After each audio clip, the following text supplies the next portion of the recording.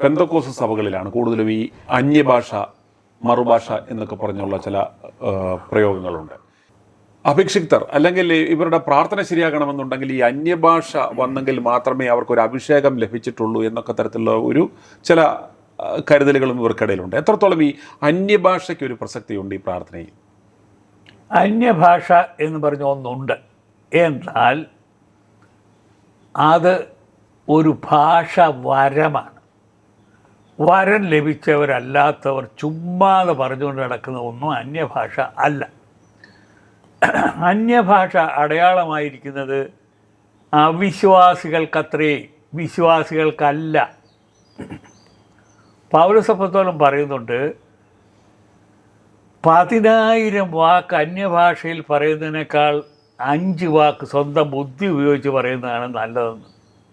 പൗലോസ് അപ്പോസ്തലൻ പറയുന്നുണ്ട്, നിങ്ങൾ സഭായോഗങ്ങളിൽ ഒരാൾ അന്യഭാഷയിൽ സംസാരിക്കുകയാണെങ്കിൽ ദൈവത്തിൻ്റെ പരിശുദ്ധാത്മാവ് അവിടെ ഒരു വിവർത്തനം ചെയ്യുന്നവനെ വരുത്തും. അടുത്തിരിക്കുന്നവന് വിവർത്തനം വരം കൊടുക്കും. അങ്ങനെ വരുന്നില്ല എങ്കിൽ, വ്യാഖ്യാനി ഇല്ല എങ്കിൽ അന്യഭാഷക്കാരൻ മിണ്ടാതിരിക്കട്ടെ എന്നാണ് പറയുന്നത്. ഇത് വ്യാഖ്യാനിയുമില്ല, ഒന്നുമില്ല, വായു വരുന്ന കോതയ്ക്ക് വാട്ടെന്ന് പറഞ്ഞ പോലെ നടന്നുകൊണ്ടിരിക്കുന്നത് ഇത് ദൈവത്തെ കളിയാക്കുകയാണ്. കൂടാതെ പൗലോസ് അപ്പോസ്തലൻ പറയുന്നുണ്ട്, ഭാഷാപരമോ അത് നിന്നു പോകും. ഇത് വേണമായിരുന്നു. എപ്പോഴാണെന്നറിയാവോ? നമ്മുടെ അപ്പോസ്തല പ്രവർത്തികൾ 2-ാം അധ്യായത്തിനകത്ത് പരിശുദ്ധാത്മാവ് വരുമ്പം നിങ്ങൾക്കൊന്നും അറിയണ്ടായോ പരിശുദ്ധാത്മാവ് വന്നെന്ന്? 18 ഭാഷക്കാരുണ്ടായിരുന്നു. അവർക്ക് എല്ലാവർക്കും ആൾക്കാർ സംസാരിച്ചത് അവരുടെ സ്വന്തം ഭാഷയിലായിട്ട് തോന്നി. ഇപ്പോൾ ഫോർ എക്സാമ്പിൾ, നമ്മൾ 4 പേര് നിൽക്കുകയാണ്, 4 പേർക്ക് 4 ഭാഷയാണെന്നുണ്ടെങ്കിൽ ചക്രം എന്ന് പറഞ്ഞാൽ എൻ്റെ ഇതിൽ വട്ടത്തിലുള്ളതായിരിക്കും, നിങ്ങൾക്ക് വേറെന്തായിരിക്കും, നിങ്ങൾക്ക് സ്വന്തം എല്ലാവർക്കും മനസ്സിലായി. അതിൻ്റെ അർത്ഥം പരിശുദ്ധാത്മാവ് ഇടപെട്ട് മനുഷ്യർക്ക് വ്യക്തമാക്കി കൊടുത്തതാണ്. അതാണ് അന്യഭാഷ. അന്നത് ആവശ്യമായിരുന്നു. പിന്നീട് അതിൻ്റെ ആവശ്യം വരുമോ വരുത്തില്ലെന്നോ അറിയത്തില്ല. ഭാഷാപരമോ അത് നിന്നു പോകും, പ്രവചനപരമോ അത് നീങ്ങിപ്പോകും. പ്രവചനപരത്തിനും ഭാഷാപരത്തിനും ഒന്നും അല്ല പ്രസക്തി ഇപ്പോഴുള്ളത്. ഇപ്പോഴെങ്ങനെയാണെന്നറിയോ? നുറുങ്ങിയ ഹൃദയത്തോടുകൂടി കർത്തൃ സന്നിധിയിൽ ഇരുന്ന് നിങ്ങൾ കരഞ്ഞ് പ്രാർത്ഥിക്കുക, കർത്താവ് എല്ലാം വെളിവാക്കി തരും. ഇതാണ് പ്രസക്തമായ ഭാഗം. ആൾക്കാർ അന്യഭാഷ എന്ന് പറഞ്ഞുകൊണ്ട് നടക്കുന്നതല്ല. വാസ്തവത്തിൽ ഇപ്പോൾ സപ്പോസ് നിങ്ങൾ ഒരിടത്ത് പോവുകയാണ് പ്രാർത്ഥിക്കാനായിട്ട്.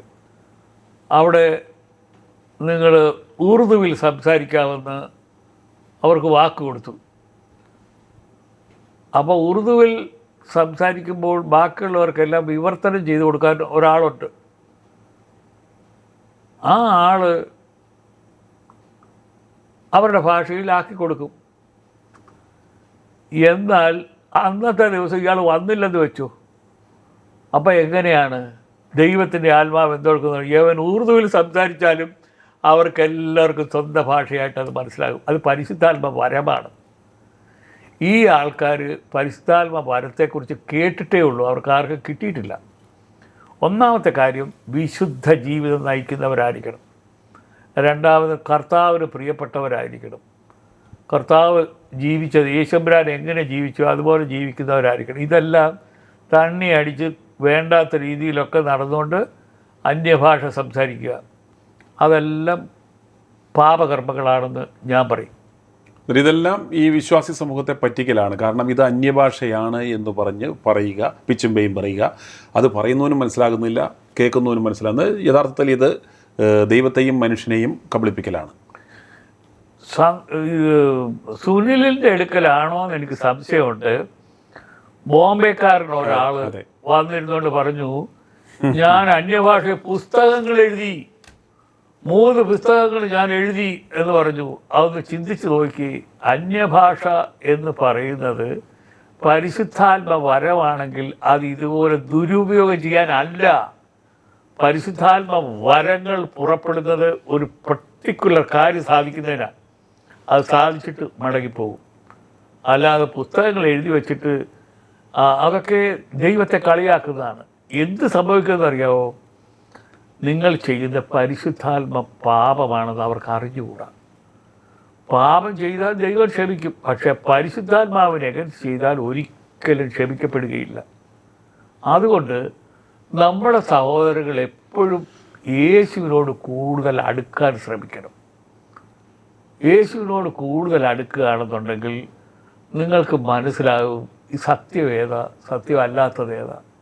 നിങ്ങൾക്ക് ഭയപ്പെടേണ്ട ഒരു കാര്യവുമില്ല. ദൈവം കോപിക്കും എന്ന് പറയുന്നത് അത് വേറെ. ഇത് യേശുവാണ്. യേശു എന്ന് പറഞ്ഞ ആള് കോപത്തിൻ്റെ ആളല്ല, പക്ഷെ കൃപയുടെ ആളാണ്.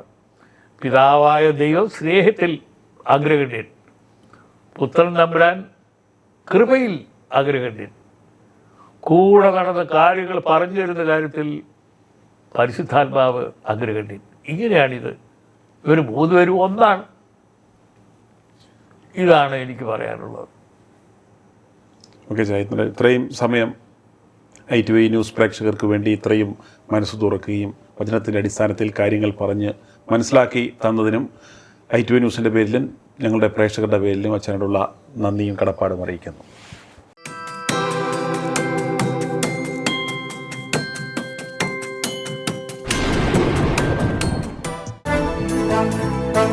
i2i News, an eye for truth. i2i news subscribe ചെയ്തിട്ടില്ലാത്തവർ ഇപ്പോൾ തന്നെ സബ്സ്ക്രൈബ് ചെയ്യുക. നോട്ടിഫിക്കേഷൻ ലഭിക്കുവാൻ ബെൽ ബട്ടണും അമർത്തുക.